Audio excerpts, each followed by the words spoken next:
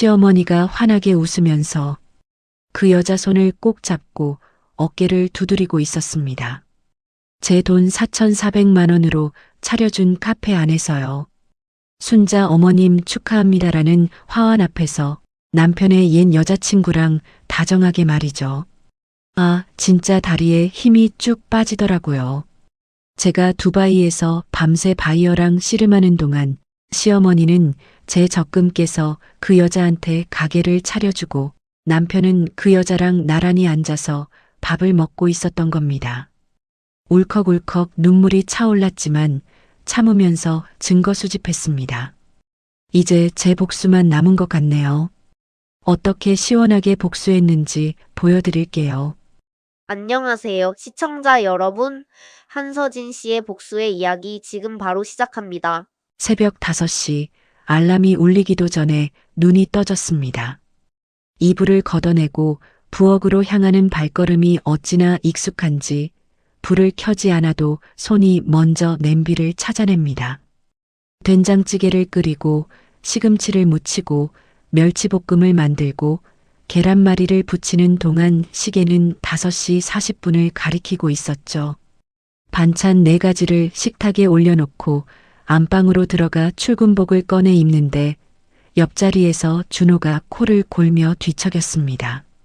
저는 준호의 얼굴을 잠깐 내려다보다가 고개를 돌렸습니다.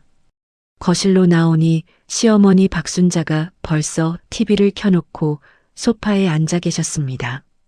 혈압약이 3번째 바뀌는 동안에도 새벽 TV 시청만은 변함이 없으시죠. 어머니, 식사 차려놨어요. 드시고 약 드세요. 순자가 리모컨을 소파 옆에 내려놓으며 식탁으로 천천히 걸어왔습니다. 숟가락으로 찌개를 한술 떠서 맛보더니 이마를 찌푸렸습니다. 야, 국이 왜 이렇게 짜? 내가 혈압 환자인 거 몰라? 어머니, 간 거의 안 했는데요. 된장만 넣었어요. 된장을 얼마나 퍼넣었길래 이래. 맨날 바쁘다 바쁘다 하면서 대충 해놓고 가지. 순자가 숟가락을 탁 내려놓았습니다. 저는 입술을 꾹 다물고 가방을 들었습니다. 매일 아침 이 식탁 앞에서 같은 말을 듣고 같은 표정을 짓고 같은 문을 열고 나갑니다. 대리에서 팀장이 되고 아파트 대출 잔액을 절반으로 줄이는 동안에도 이 아침만은 달라진 게 없었죠. 출근길 차를 몰고 도로에 올라서자마자 휴대폰이 울렸습니다. 본부장 이름이 화면에 떴습니다. 서진 팀장, 두바이 프로젝트 PT 건 알지? 본사에서 직접 가라고 했어. 2주 일정이야. 2주요? 언제 출발입니까? 이번 주 금요일. 바이어 미팅까지 다 잡혀 있으니까 준비 단단히 해. 전화를 끊고 핸들을 잡은 손에 힘이 들어갔습니다. 2주간 이 집을 비워야 한다는 걱정이 먼저 올라왔고 그 바로 뒤에 솔직한 마음 하나가 고개를 들었습니다. 잠깐이라도 벗어날 수 있다는 안도감이었죠. 저녁 식탁에 밥을 차리고 3사람이 마주 앉았습니다. 준호가 숟가락을 들자마자 저는 말을 꺼냈습니다. 이번 주 금요일에 두바이 출장 가요. 2주 정도 걸려요. 준호가 숟가락을 멈추고 저를 봤습니다. 순자가 먼저 입을 열었죠. 또 돈 벌러 가는 거야? 남편 두고 어딜 싸돌아다녀. 그게 며느리가 할 짓이냐. 회사에서 지정한 거예요, 어머니. 제가 선택할 수 있는 게 아니에요. 회사 맨날 회사 타령이야. 이 집 살림은 누가 하라고. 준호는 아무 말 없이 밥만 떠놓고 있었습니다. 저는 물컵을 들어 한 모금 삼켰습니다. 목구멍 안에서 서러움이 물과 함께 내려갔습니다. 출장 전날 밤 저는 냉장고 문에 메모를 붙였습니다. 공과금 자동이체 날짜, 비상연락처, 병원 예약 일정까지 한 장에 빼곡히 적었죠. 생활비 통장을 순자에게 맡기면서 말씀드렸습니다. 어머니, 이 통장에 1,200만 원 정도 들어있어요. 생활비랑 필요한 거 여기서 쓰시면 돼요. 알았어. 그렇게 꼼꼼하게 안 해도 내가 알아서 하지. 순자가 통장을 받아 서랍에 넣으며 귀찮다는 듯 손을 저었습니다. 안방으로 들어가 준호에게도 당부했습니다. 준호가 침대에 누운 채 휴대폰을 보고 있었죠.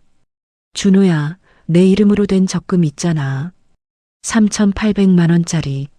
내가 없는 동안 절대 건드리지 마. 알겠어.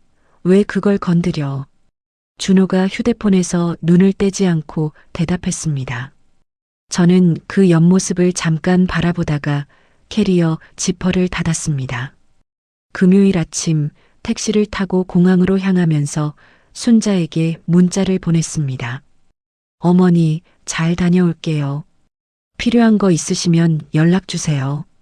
읽음 표시만 뜨고 답은 오지 않았습니다.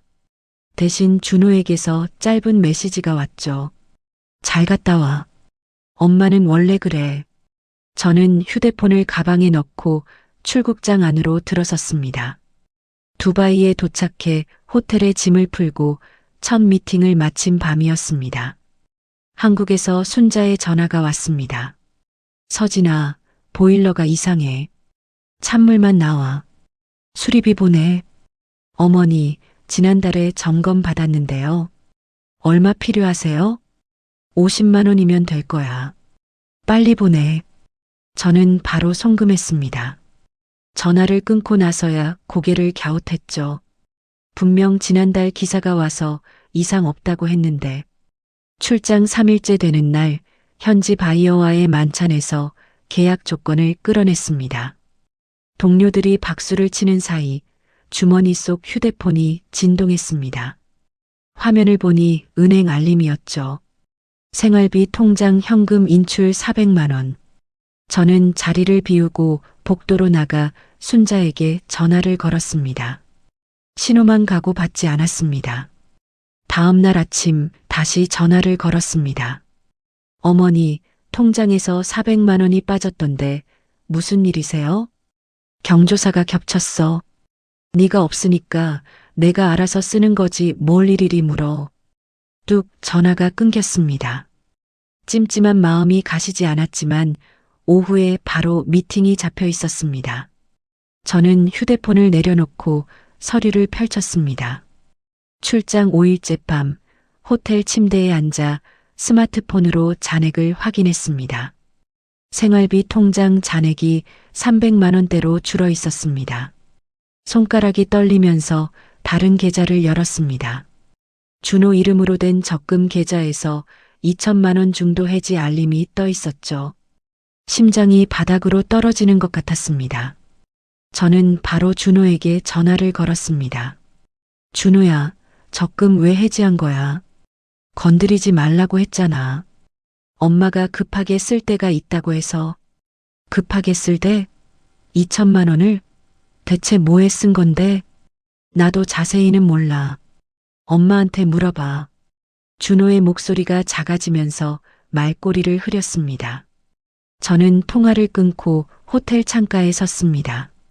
두바이의 야경이 눈앞에 펼쳐져 있었지만 아무것도 보이지 않았죠. 경조사비로 이 돈이 나갈 리 없었습니다. 저는 휴대폰을 다시 들어 귀국편을 검색하기 시작했습니다. 같은 팀 김대호 과장에게 전화를 걸었습니다. 대호 씨, 미안한데 남은 일정 맡아줄 수 있어? 집에 급한 일이 생겼어. 팀장님, 무슨 일이세요? 괜찮으세요? 괜찮아. 바이어 쪽 후속 미팅 자료는 메일로 넘길게. 본부장님한테는 내가 얘기할 테니까. 전화를 끊고 본부장에게 짧은 메시지를 보냈습니다. 가정에 긴급 상황이 생겨서 내일 새벽 귀국합니다. 본부장은 알겠다. 몸 챙겨라는 답을 보내왔죠. 새벽 비행기에 올랐습니다. 12시간 좁은 좌석에 앉아 잠이 올 리 없었습니다. 저는 수첩을 꺼내고 스마트폰 갤러리에 캡처해둔 통장 거래 내역을 하나씩 펼쳤습니다. 날짜, 금액, 인출 장소를 볼펜으로 한 줄씩 옮겨 적었습니다. 손끝이 떨려서 글씨가 삐뚤어졌지만 멈추지 않았죠. 생활비 통장 현금 인출 400만 원, 또 300만 원, 또 200만 원. 적금 해지 2천만 원. 숫자를 적을수록 가슴 안쪽이 차갑게 굳어갔습니다.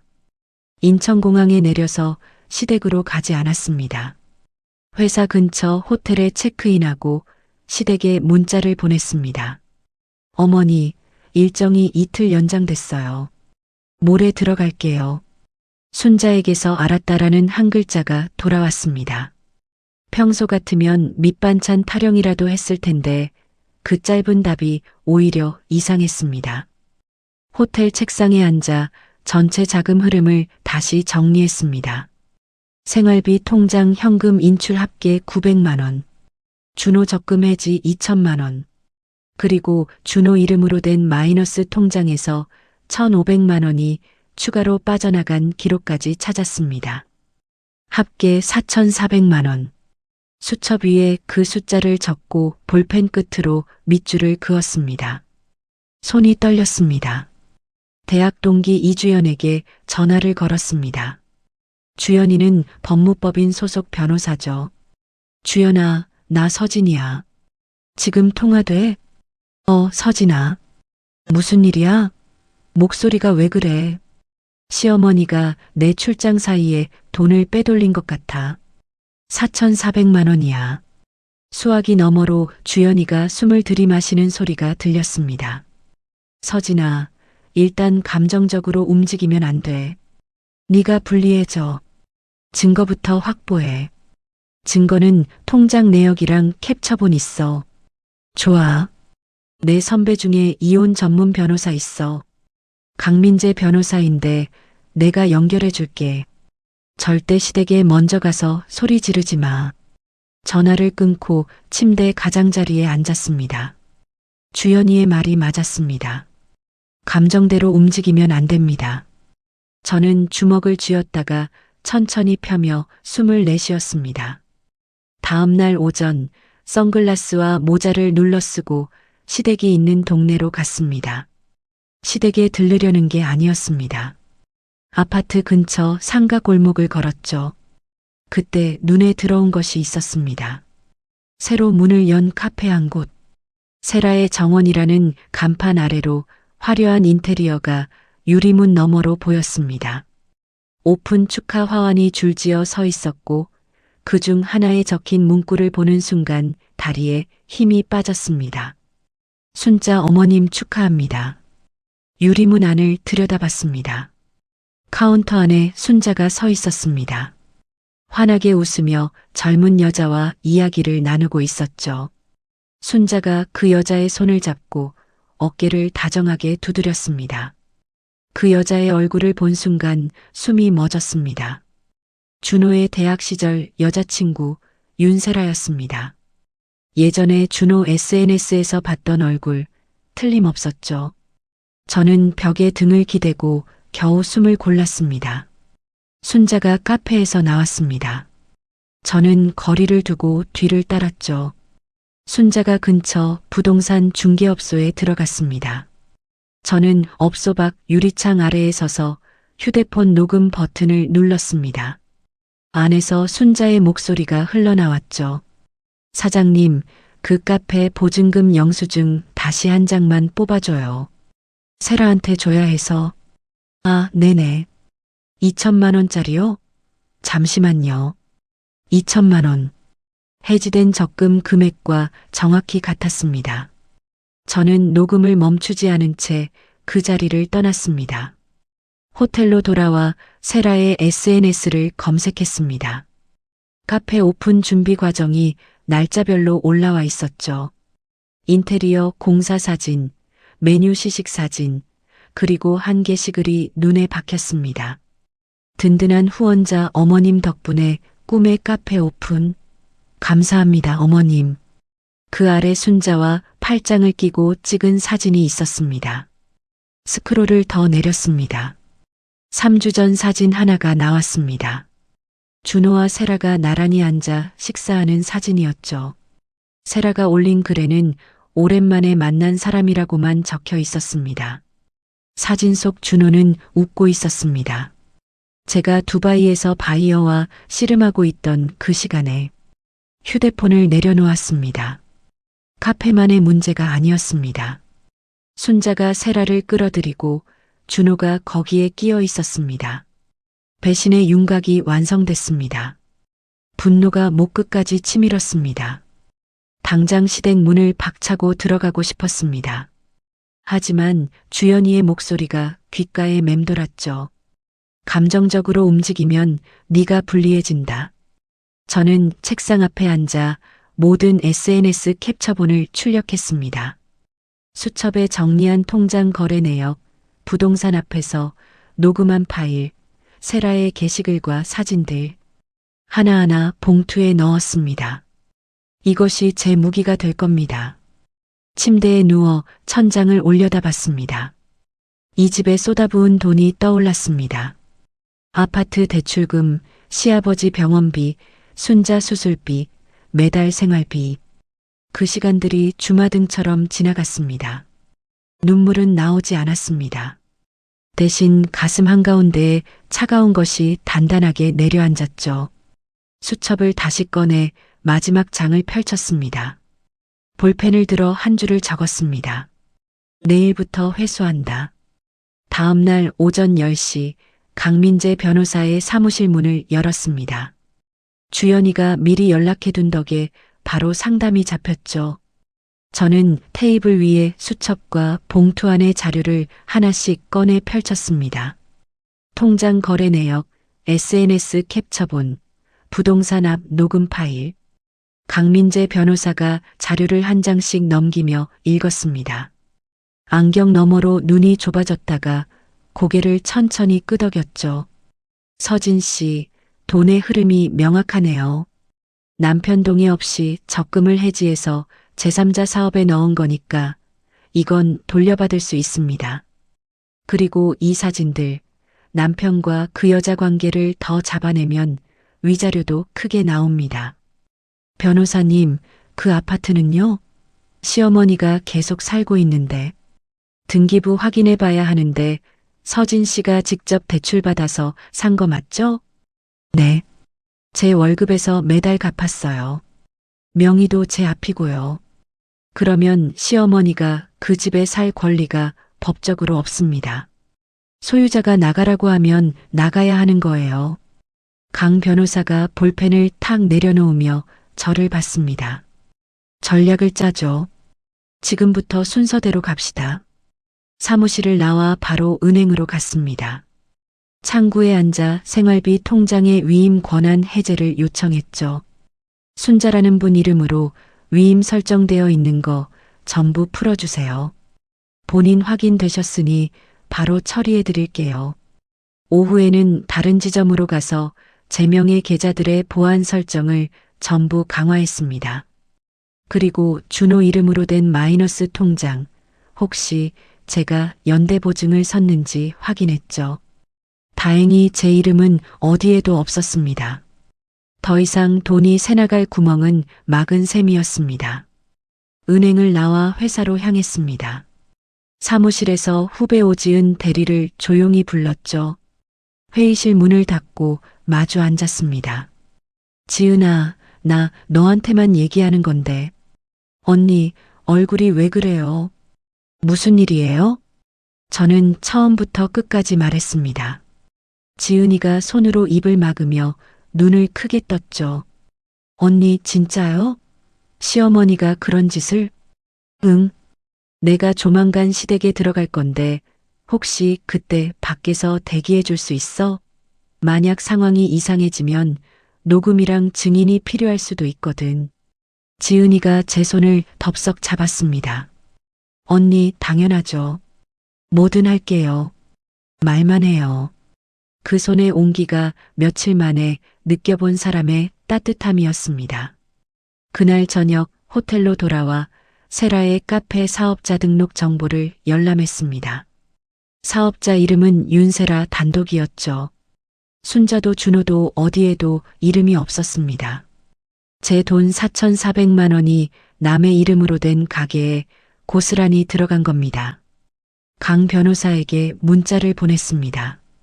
사업자 명의 윤세라 단독입니다. 시어머니나 남편 이름 없어요.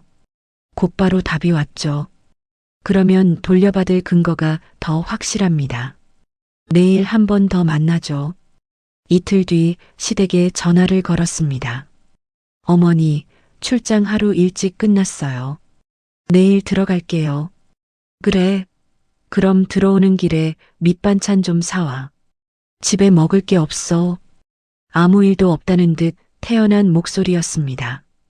치가 떨렸지만 저는 목소리를 가다듬었습니다. 네, 어머니. 알겠어요. 전화를 끊고 주먹을 쥐었습니다. 밑반찬을 사오라니. 내 돈 4,400만 원을 빼돌려 놓고 밑반찬 타령이라니. 시댁 방문 전날 밤 강 변호사와 마지막 통화를 했습니다. 서진 씨, 내일 세 가지만 기억하세요. 첫째, 절대 먼저 소리 지르지 마세요. 상대가 욕하면 그게 다 증거가 됩니다. 둘째, 자산 서류는 이미 정리됐으니까 감정 말고 사실로만 말하세요. 셋째, 녹음 절대 끄지 마세요. 네, 알겠습니다. 잘하실 수 있어요. 내일 끝나면 바로 연락 주세요. 전화를 끊고 침대에 앉았습니다. 내일이면 끝납니다. 아니, 내일이 시작이죠. 다음 날 오전 캐리어를 끌고 시댁 아파트 앞에 섰습니다. 지은이에게 문자를 보냈습니다. 지금 들어간다. 네, 언니. 주차장에 있을게요. 현관 비밀번호를 누르고 문을 열었습니다. 거실에서 웃음소리가 들렸죠. 순자가 소파에 앉아 있었습니다. 옆에 세라가 나란히 앉아 카페 메뉴판을 펼쳐놓고 있었죠. 두 사람이 동시에 고개를 돌렸습니다. 웃음이 얼어붙었습니다. 세라가 벌떡 일어섰습니다. 가방을 움켜쥐며 현관 쪽으로 움직이려 했죠. 앉아 계세요. 같이 할 이야기가 있으니까. 제 목소리가 생각보다 차분하게 나왔습니다. 세라의 발이 멈췄습니다. 순자가 소파에서 일어서며 말했습니다. 아니, 왜 이렇게 일찍 왔어? 내일 온다며. 예정보다 빨리 끝났어요, 어머니. 저는 테이블 앞으로 걸어가 가방에서 서류를 꺼냈습니다. 통장 거래 내역 캡처본을 한 장 내려놓았습니다. 카페 사업자 등록증 사본을 그 옆에 놓았습니다. 세라의 SNS에서 캡처한 사진들을 한 장씩 펼쳤습니다. 순자와 세라의 다정한 사진, 카페 인테리어 사진, 그리고 준호와 세라가 나란히 앉은 사진까지. 거실의 소리가 사라졌습니다. 순자의 얼굴에서 핏기가 빠져나갔습니다. 세라가 고개를 떨구고 시선을 바닥에 박았죠. 저는 마지막으로 아파트 등기부등본을 테이블 한가운데 놓았습니다. 이 집, 제 집이에요. 그리고 이 돈, 전부 제 돈이었습니다. 그 순간 현관문이 열리는 소리가 났습니다. 준호가 서 있었죠. 테이블 위의 서류들과 소파에 얼어붙은 세라, 그리고 저를 번갈아 보는 준호의 얼굴이 하얗게 질려갔습니다. 준호가 현관에 선 채 입을 열지 못했습니다. 신발도 벗지 않은 채 소파 위의 세라와 테이블 위의 서류를 번갈아 봤죠. 순자가 먼저 자리에서 일어섰습니다. 준호야, 이건 엄마가 설명할게. 너 일단 앉아. 아니요, 어머니. 제가 하겠습니다. 저는 순자를 향해 손을 들어 제지하고 준호를 바라봤습니다. 신발 벗고 들어와. 앉아. 준호가 느릿느릿 신발을 벗고 식탁 의자에 걸터 앉았습니다. 저는 테이블 위 서류를 손가락으로 짚으며 말했습니다. 생활비 통장에서 현금으로 900만 원 빠졌어. 내 이름으로 된 적금 2천만 원 해지됐고, 내 마이너스 통장에서 1,500만 원 나갔어. 합치면 4,400만 원이야.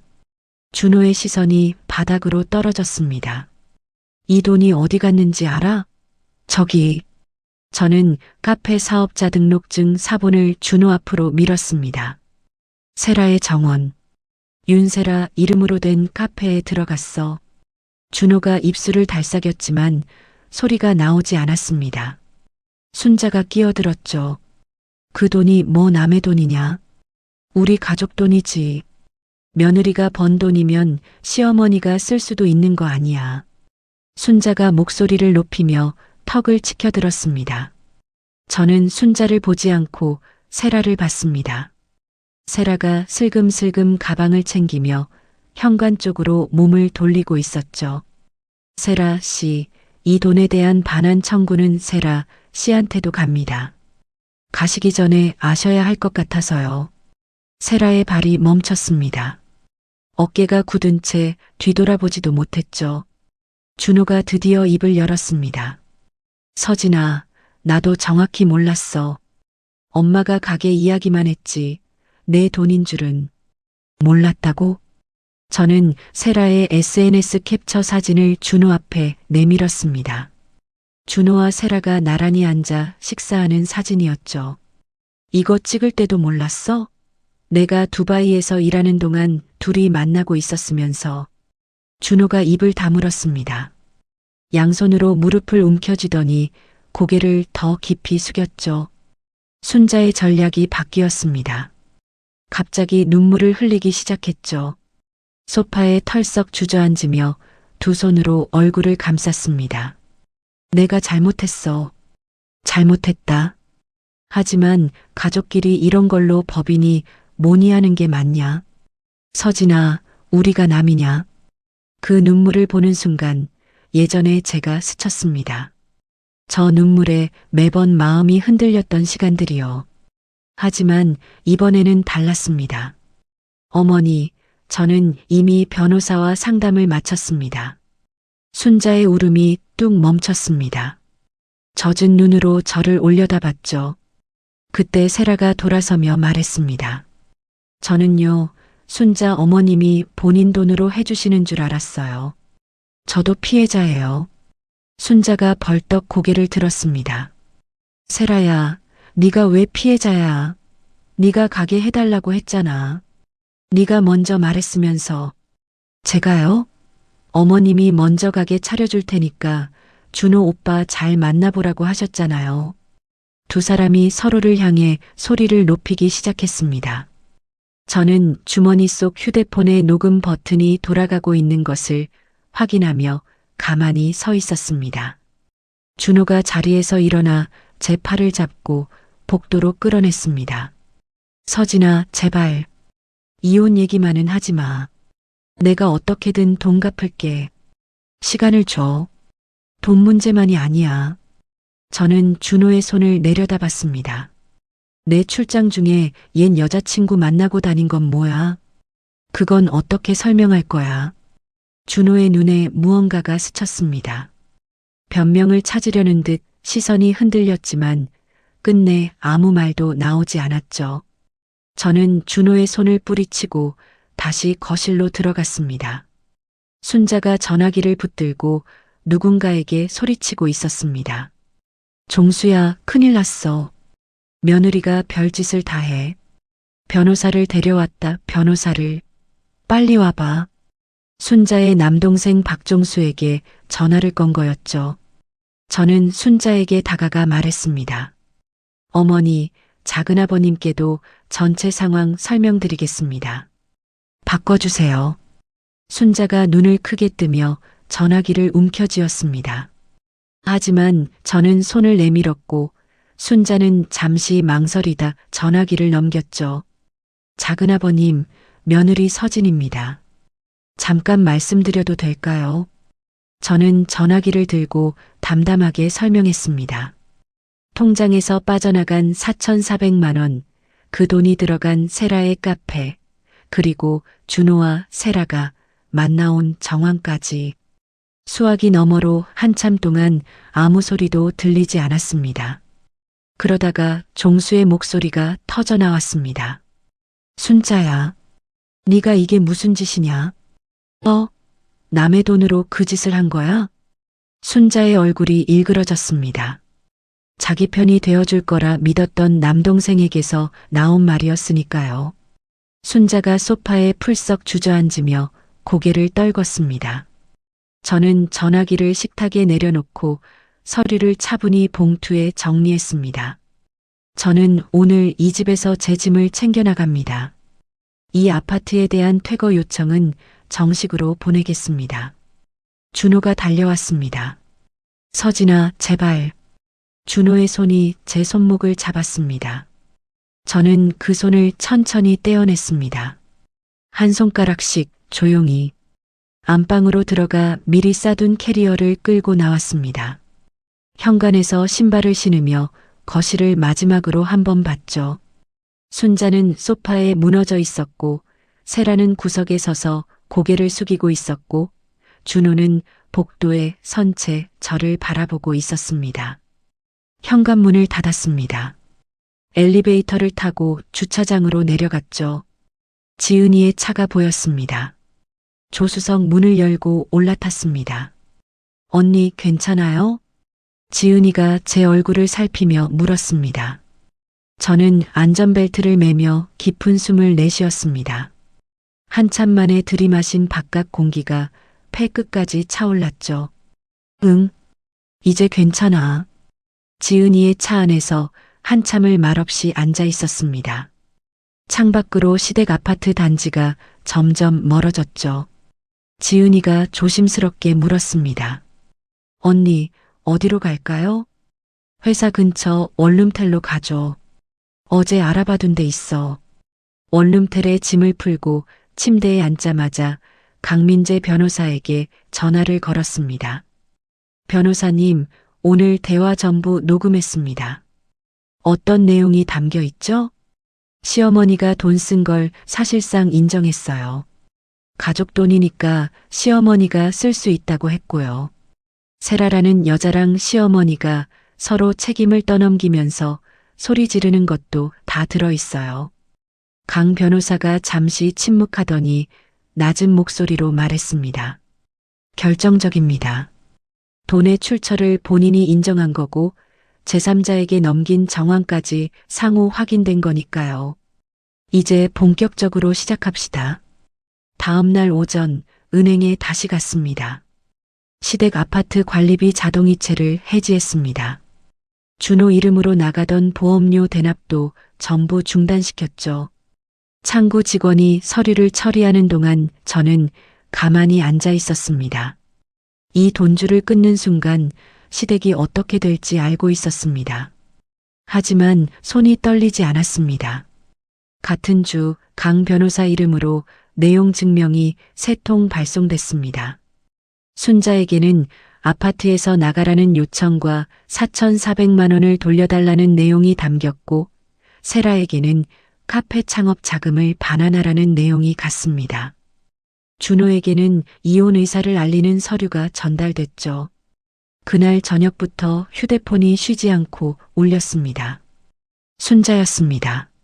전화 수십 통, 문자도 쏟아졌죠.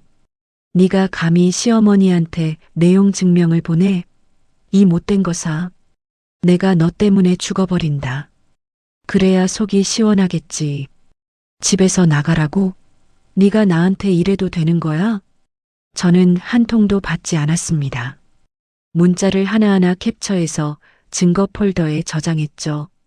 다음 날 점심시간 회사 로비에서 누군가가 제 이름을 불렀습니다. 돌아보니 준호가 서 있었습니다. 코트 자락이 구겨져 있고 면도도 하지 않은 얼굴이었죠. 서진아, 한 번만 만나서 얘기하자. 여기서 잠깐만. 저는 로비 한쪽 카페 테이블에 마주 앉았습니다. 시계를 확인하고 말했죠. 15분만 줄게. 준호가 두 손을 테이블 위에 모으며 말했습니다. 엄마가 잘못한 건 맞아. 인정해. 근데 서진아, 이혼까지 가야 해? 세라랑은 아무 사이도 아니야. 정말이야. 아무 사이도 아닌 사람이랑 내 출장 중에 둘이 밥을 먹어? 사진을 찍어? 그건 엄마가 억지로 나오라고 해서. 억지로 나갔는데 웃으면서 사진을 찍었어? 준호가 입을 다물었습니다. 테이블 위에 올린 손가락 끝이 하얗게 질렸죠. 준호야, 돈 문제만이 아니야. 네가 어머니의 행동을 알면서도 가만히 있었잖아. 적금도 네가 해지해줬고 그게 이혼 사유야. 저는 자리에서 일어섰습니다. 준호가 고개를 들어 저를 올려다봤지만 저는 돌아보지 않고 엘리베이터를 탔습니다. 며칠 뒤 지은이에게서 연락이 왔습니다. 언니 세라가 시어머니한테 전화해서 엄청 싸웠대요. 어떻게 알았어? 시댁 동네 미용실 원장님이 우리 팀 김주임이랑 아는 사이거든요. 세라가 가게에서 소리 지르는 거 옆 상가에서 다 들었대요. 세라가 순자에게 따졌다고 했습니다.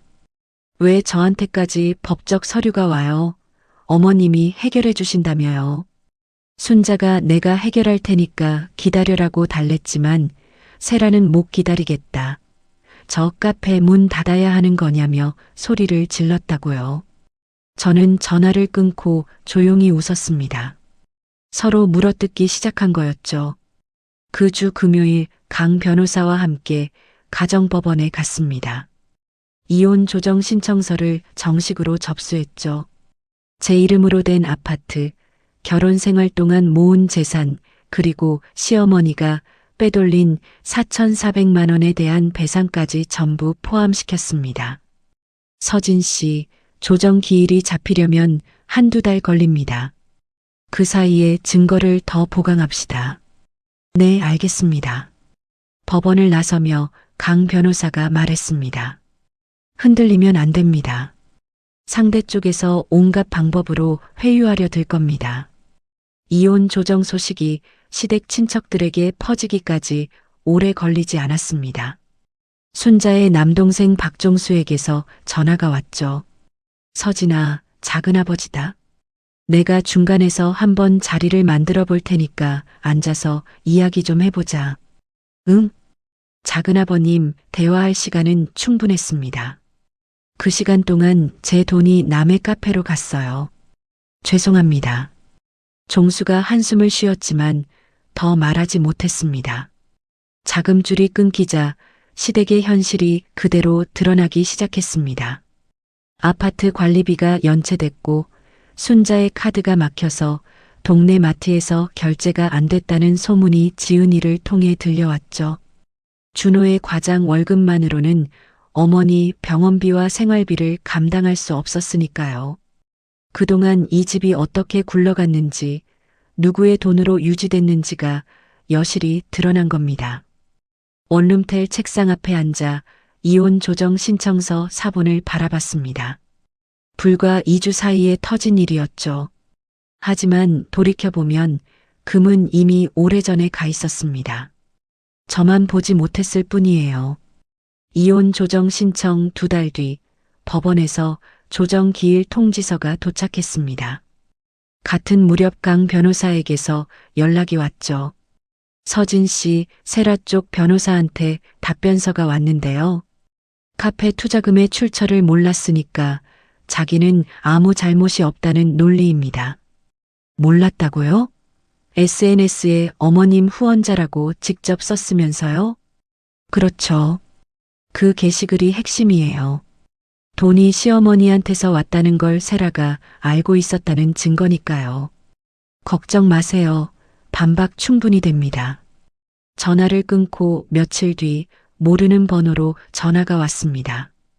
받자마자 남자 목소리가 들렸죠. 서진 씨? 저 정혜철입니다. 준호 직장 선배요. 혹시 한번 만나서 이야기 좀 할 수 있을까요?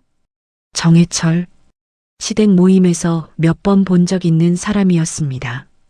준호의 직장 선배이자 순자와도 오래 알고 지낸 사이라고 들었죠. 경계심이 올라왔지만 어떤 속셈인지 확인하고 싶었습니다. 좋습니다. 어디서 뵐까요? 다음 날 점심 회사 근처 식당에서 마주 앉았습니다. 해철이 물컵을 돌리며 입을 열었죠. 서진 씨, 내가 양쪽 다 아니까 하는 말인데 집안일이잖아요. 서진 씨가 좀 양보하면 다 편해지지 않겠어요? 순자 어머님도 많이 반성하고 계시고 저는 젓가락을 내려놓고 해철을 똑바로 봤습니다. 양보요. 양보라는 말은 지금까지 제가 해온 것 전부를 한 단어로 정리한 건데요. 더 이상은 없습니다. 해철의 표정이 굳었습니다. 무슨 말을 더 하려다가 제 눈을 보고 입을 다물었죠. 저는 자리에서 일어나며 말했습니다. 식사 맛있게 하세요. 돌아오는 길에 주연이에게 전화했습니다. 주연아, 시댁 쪽에서 준호 직장 선배까지 보냈어. 양보하라더라. 오히려 좋은 신호야. 저쪽이 조급하다는 뜻이거든. 법원에서 불리한 거 알기 시작한 거지. 주연이 말이 맞았습니다. 저쪽이 흔들리고 있었죠. 그 즈음 지은이에게서 소식이 또 들려왔습니다. 언니 세라, 카페 상황이 엉망이래요. 식재료 대금이랑 임대료가 밀리고 있고 직원 월급도 못 줬대요. 순자의 자금이 끊기니 카페가 버틸 수 없었던 거죠. SNS에 매일 올리던 화려한 카페 사진도 2주째 업데이트가 없었습니다. 며칠 뒤 지은이가 다시 연락해 왔습니다. 언니 세라가 시댁에 찾아가서 난리쳤대요. 동네 사람들이 다 들었다고. 세라가 순자를 찾아가 따졌다는 거였죠. 어머님이 책임지셔야 하는 거 아니에요? 저 이러다 망해요. 순자가 내가 무슨 돈이 있냐, 서진이가 다 막아버렸다고 했더니 세라가 어머님 때문에 제 인생 망했어요 라며 울다가 문을 박차고 나갔다고요. 그리고 바로 다음 날 세라에게서 직접 메시지가 왔습니다. 서진 씨, 한번 만날 수 있을까요? 저도 할 말이 있어요. 강 변호사에게 바로 보여줬습니다. 세라가 직접 연락해 왔어요. 만나볼까요? 만나세요. 아마 자기 책임을 줄이려고 순자한테 떠넘기는 말을 할 겁니다. 그게 우리한테는 증거가 되니까요. 공개된 장소에서 만나시고 녹음 필수입니다. 이틀 뒤 시내 카페에서 세라와 마주 앉았습니다. 세라의 얼굴은 2달 전 시댁 거실에서 봤을 때와 많이 달라져 있었습니다. 다크서클이 짙었고 손톱을 물어뜯은 자국이 보였죠. 저는 휴대폰을 테이블 위에 올려놓고 녹음을 시작했습니다. 서진 씨, 저 진짜 억울해요. 처음에 연락한 건 순자 어머님이었어요. 저한테 먼저 전화하셨다고요. 언제부터요? 세라가 커피잔을 감싼 손에 힘을 주며 말했습니다. 한 6개월 전이요. 갑자기 전화가 온 거예요. 우리 준호가 요즘 힘들다. 한번 만나보면 안 되겠냐고요. 저도 처음엔 왜 갑자기 연락을 하시나 했는데 그래서 만났고 어머님이 자리를 만들어 주셨어요. 셋이 밥도 먹고 나중엔 둘이 보라고 자리를 피해 주시고 그러다가 어머님이 그러셨어요. 너희 둘 다시 시작해라. 가게도 해줄게. 세라가 고개를 숙였습니다. 저는 그 돈이 어머님 돈인 줄 알았어요. 며느리 돈인 줄은 진짜 몰랐어요. 저는 아무 말 없이 세라를 바라봤습니다. 몰랐다는 말을 믿을 수는 없었지만 지금 중요한 건 그게 아니었죠. 순자가 6개월 전부터 계획적으로 움직였다는 것, 그게 세라의 입에서 직접 나온 겁니다. 카페를 나와 강 변호사에게 녹음 파일을 보냈습니다. 변호사님, 순자가 6개월 전부터 세라한테 접근해서 만남을 주선하고 카페까지 제안한 게 녹음에 다 담겼어요. 이거면 계획적이었다는 거 입증되죠? 됩니다. 시어머니와 남편 쌍방에 책임이 있다는 핵심 증거예요. 남편과 그 여자 관계도 다툴 수 있고요. 소송에서 크게 유리해졌습니다. 전화를 끊고 걸음을 옮기는데 한 가지가 머릿속을 스쳤습니다. 6개월 전, 그때 저는 뭘 하고 있었죠? 순자의 백내장 수술비를 마련하느라 상여금을 통째로 넘겼던 때였습니다. 제가 시어머니의 눈을 고쳐드리는 동안 순자는 그 눈으로 세라에게 전화를 걸고 있었던 거죠.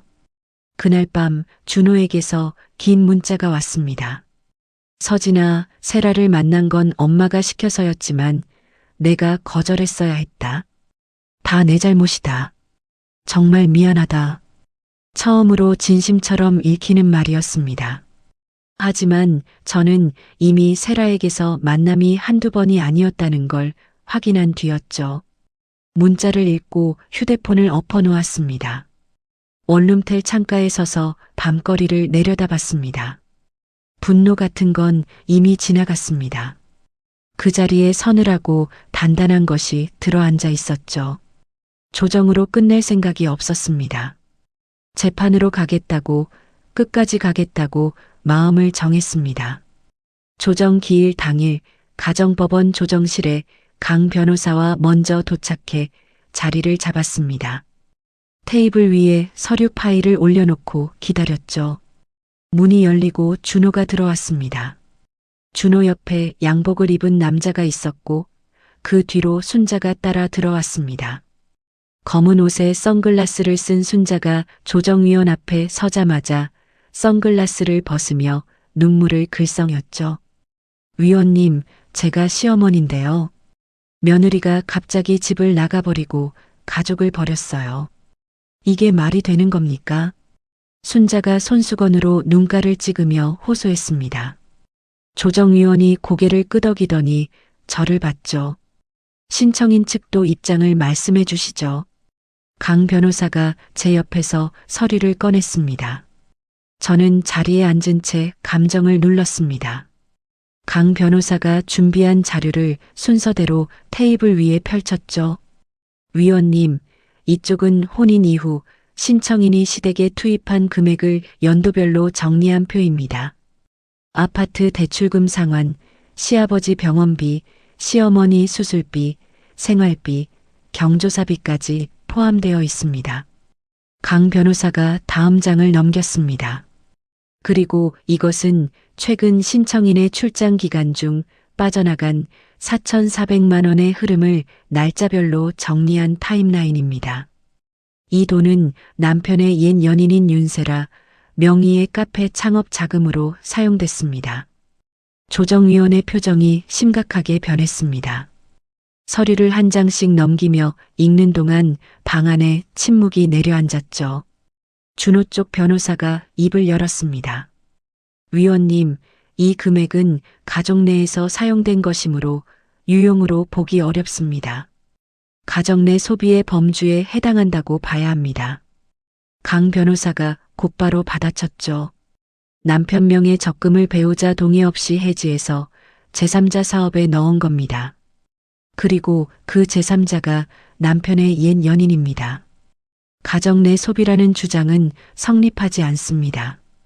강 변호사가 세라의 증언 녹음 파일 기록과 SNS 캡처 사진을 추가로 제출했습니다.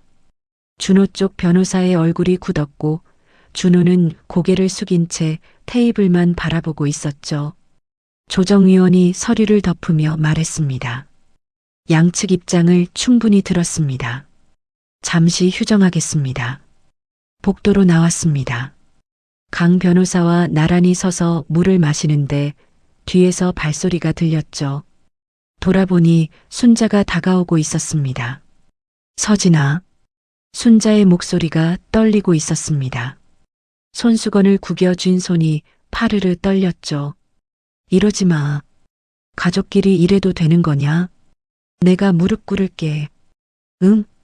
순자가 정말로 무릎을 굽히려 했습니다. 저는 재빨리 순자의 팔을 잡아 일으켰죠. 어머니, 일어나세요. 서진아, 제발. 어머니, 가족이라는 말은 제가 이 집에 돈을 쏟아부을 때는 한 번도 안 하셨잖아요. 순자의 손이 힘없이 내려갔습니다. 입술을 달싹였지만 아무 말도 나오지 않았죠. 조정이 재개됐습니다. 조정위원이 양쪽을 번갈아 보며 말했습니다. 쌍방이 합의점을 찾을 수 있습니까? 재산 분할과 위자료에 대해 의견을 들어보겠습니다. 준호 쪽 변호사가 먼저 말했죠. 아파트를 공동 분할하는 것을 제안합니다. 강 변호사가 서류 한 장을 꺼내며 응수했습니다. 이 아파트는 신청인이 혼인 전 자금으로 계약하고 혼인 기간 중 단독으로 대출금을 상환해온 재산입니다. 분할 대상이 아닙니다. 강 변호사가 대출 상환 내역과 급여 이체 기록을 나란히 펼쳤습니다. 준호 쪽 변호사가 서류를 들여다보더니 입을 다물었죠. 더 이상 반박할 근거가 없었던 겁니다. 조정위원이 한참 동안 서류를 검토하더니 고개를 들었습니다. 양측의 입장 차이가 큽니다. 합의가 어렵다고 판단됩니다. 정식 소송으로 넘어가겠습니다. 조정 불성립. 예상했던 결과였습니다. 법원을 나서는 복도에서 준호가 뒤따라왔습니다. 서진아, 마지막으로 한 번만 둘이 얘기하자. 저는 멈추지 않고 걸으며 말했습니다. 앞으로는 변호사를 통해 연락해줘. 강 변호사와 나란히 법원 정문을 빠져나왔습니다. 뒤에서 준호가 부르는 소리가 들렸지만 돌아보지 않았죠. 조정 불성립 이후 이혼 소송과 아파트 명도 소송이 동시에 진행됐습니다. 순자가 갈 데가 없다며 버텼지만 강 변호사가 절차대로 밀어붙여 법원에서 명도 판결을 받아냈죠. 집행관이 방문하는 날짜가 순자에게 통보됐습니다. 명도 집행 전날 종수에게서 전화가 왔습니다. 서진아, 작은아버지다. 순자가 내 집으로 오기로 했어. 자진해서 나간다. 근데 한 가지만 부탁하자. 너무 비참하게는 하지 마라. 작은아버님, 어머니가 직접 나가시는 건 감사합니다. 하지만 돈 문제는 별개인 거 아시죠? 알겠다. 어머니 개인 짐은 제가 따로 정리해서 보내드릴게요. 전화를 끊었습니다. 그 정도의 예의는 갖출 수 있었습니다. 그 이상은 아니었죠. 명도 집행 당일 아파트 복도에 서서 열린 현관문 안을 바라봤습니다. 순자가 거실에서 이삿짐을 챙기고 있었습니다. 작은 가방 2개에 옷가지를 넣으며 연신 코를 훌쩍였죠. 순자가 짐을 들고 현관으로 나왔습니다. 문 앞에서 멈추더니 저를 돌아봤습니다. 서진아, 내가 그래도 너 시어머니다. 저는 한 박자 쉬고 대답했습니다. 그래서 더 아팠습니다, 어머니. 순자가 고개를 떨궜습니다. 더 말하지 않고 엘리베이터를 향해 걸어갔죠. 종수의 차가 아래에서 기다리고 있었습니다. 텅 빈 아파트에 혼자 섰습니다. 현관부터 안방까지 천천히 걸었죠. 거실 벽에 액자 하나가 남아 있었습니다. 가족 사진이었습니다. 사진 속에서 활짝 웃고 있는 제 얼굴이 낯설었죠. 저는 액자를 벽에서 떼어 서랍 안에 조용히 넣었습니다. 명도 이후 2달이 지났습니다. 이혼 소송 최종 변론 기일 법정에 섰습니다. 강 변호사가 그간의 증거를 하나하나 정리하며 변론을 마쳤죠. 통장 거래 내역, 세라의 증언 녹음, 순자가 보낸 폭언 문자들, 아파트 자금 출처, 준호와 세라의 만남 정황. 모든 것이 테이블 위에 놓였습니다. 재판부가 말했습니다. 양측 변론을 충분히 들었습니다. 한 달 뒤 판결을 선고하겠습니다. 법정을 나서며 강 변호사가 말했죠. 서진 씨, 이제 기다리면 됩니다. 충분히 잘 싸웠어요. 한 달이라는 시간이 길게 느껴질 줄 알았는데 의외로 빨리 지나갔습니다. 회사 업무에 집중하고 원룸텔에서 퇴근 후 혼자 밥을 차려 먹고 잠들기 전 수첩을 펼쳐보는 일상이 반복됐죠. 기다림이 아니라 제 시간을 되찾아가는 과정이었습니다. 판결 선고일이 왔습니다. 법정에 앉아 재판부를 올려다봤습니다. 이혼을 인용합니다. 해당 아파트는 신청인의 고유 재산으로 인정하여 분할 대상에서 제외합니다. 상대방에게 유용 금액에 대한 반환 의무와 위자료 지급을 명합니다. 판결문을 받아들었습니다. 이겼다는 쾌감 같은 건 오지 않았습니다. 길고 긴 터널을 걸어서 겨우 출구에 닿은 것 같은 그런 허탈한 안도만 가슴에 퍼졌죠. 법원 정문을 나서니 두 사람이 서 있었습니다. 오지은과 이주연이었죠. 두 사람이 말없이 다가와 저를 안았습니다. 그제야 눈물이 터졌습니다. 억울해서도 슬퍼서도 아니었습니다. 그동안 꾹꾹 눌러왔던 모든 것이 한꺼번에 빠져나가는 느낌이었죠. 지은이의 어깨에 얼굴을 묻고 한참을 울었습니다. 언니 수고했어요. 진짜 수고했어요. 지은이가 제 등을 토닥였습니다. 주연이가 제 머리카락을 쓸어넘기며 웃었죠. 서진아, 끝났어. 다 끝난 거야. 판결 일주일 뒤 준호에게서 전화가 왔습니다. 마지막 전화였죠. 서진아, 모든 게 내 잘못이었어. 다시 시작할 수는 없겠지만 미안하다는 말은 하고 싶었어. 저는 잠시 아무 말 없이 있었습니다. 창밖으로 해가 기울고 있었죠. 받아들일게. 너도 잘 살아. 전화를 끊었습니다. 최준호와의 마지막 대화였습니다. 세라의 카페 세라의 정원은 오픈 2달 만에 문을 닫았습니다. 세라는 반환 판결에 따라 돈을 나눠 갚기 시작했고 SNS 계정을 비공개로 돌린 채 자취를 감췄죠. 그 소식을 지은이에게 전해 듣고도 아무런 감정이 일지 않았습니다. 끝난 일이니까요. 이혼이 확정된 뒤 시댁 아파트를 매물로 내놨습니다. 한 달 만에 매수자가 나타났고 계약이 끝나던 날 저는 회사 근처에 작은 아파트를 새로 계약했습니다. 넓지 않았지만 제 월급으로, 제 이름으로 제가 고른 집이었죠. 이사 첫날 텅 빈 거실에 서서 커튼을 달았습니다. 연한 회색 린넨 커튼이었죠. 소파 위에 쿠션 2개를 올려놓고 한 발짝 물러서서 바라봤습니다. 누군가의 며느리가 아닌 한서진으로 사는 공간이 생긴 겁니다. 다음 주 회사에서 두바이 프로젝트 후속 계약이 성사됐습니다. 본부장이 제 자리로 와서 말했죠. 서진 팀장, 차장 승진 대상자에 올랐어. 그 힘든 시기에 이 실적이면 대단한 거야. 감사합니다, 본부장님.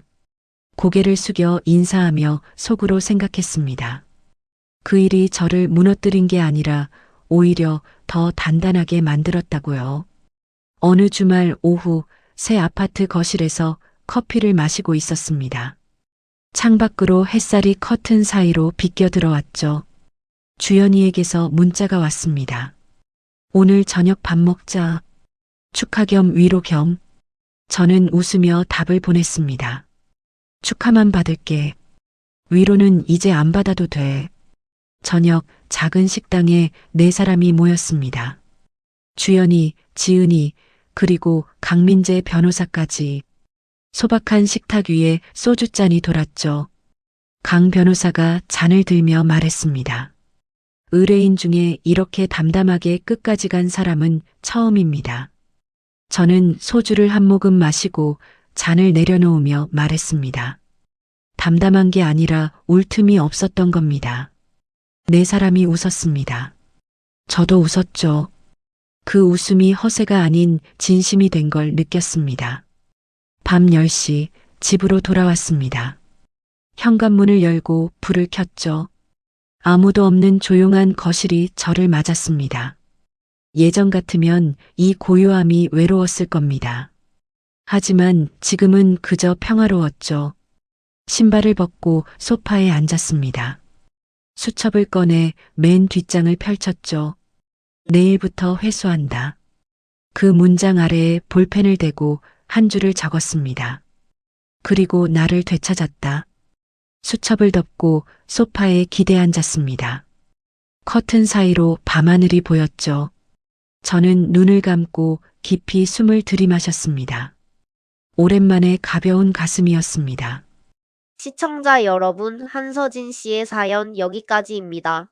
좋은 며느리여야 한다는 마음 하나로 참고 또 참았던 세월. 그게 얼마나 길었겠습니까? 하지만 서진 씨가 대단한 건 분노에 휩쓸리지 않고 끝까지 자기 방식대로 해냈다는 겁니다. 그리고 서진 씨가 한 말 중에 울 틈이 없었다던 그 말이 저를 울렸습니다. 그래도 여러분 서진 씨도 그 수첩에 마지막 한 줄 적고 나서야 시작됐잖아요?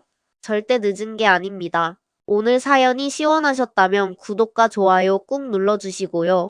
이야기를 끝까지 들어주신 분이 계시다면 잘 들었다고 댓글 하나만 남겨주세요.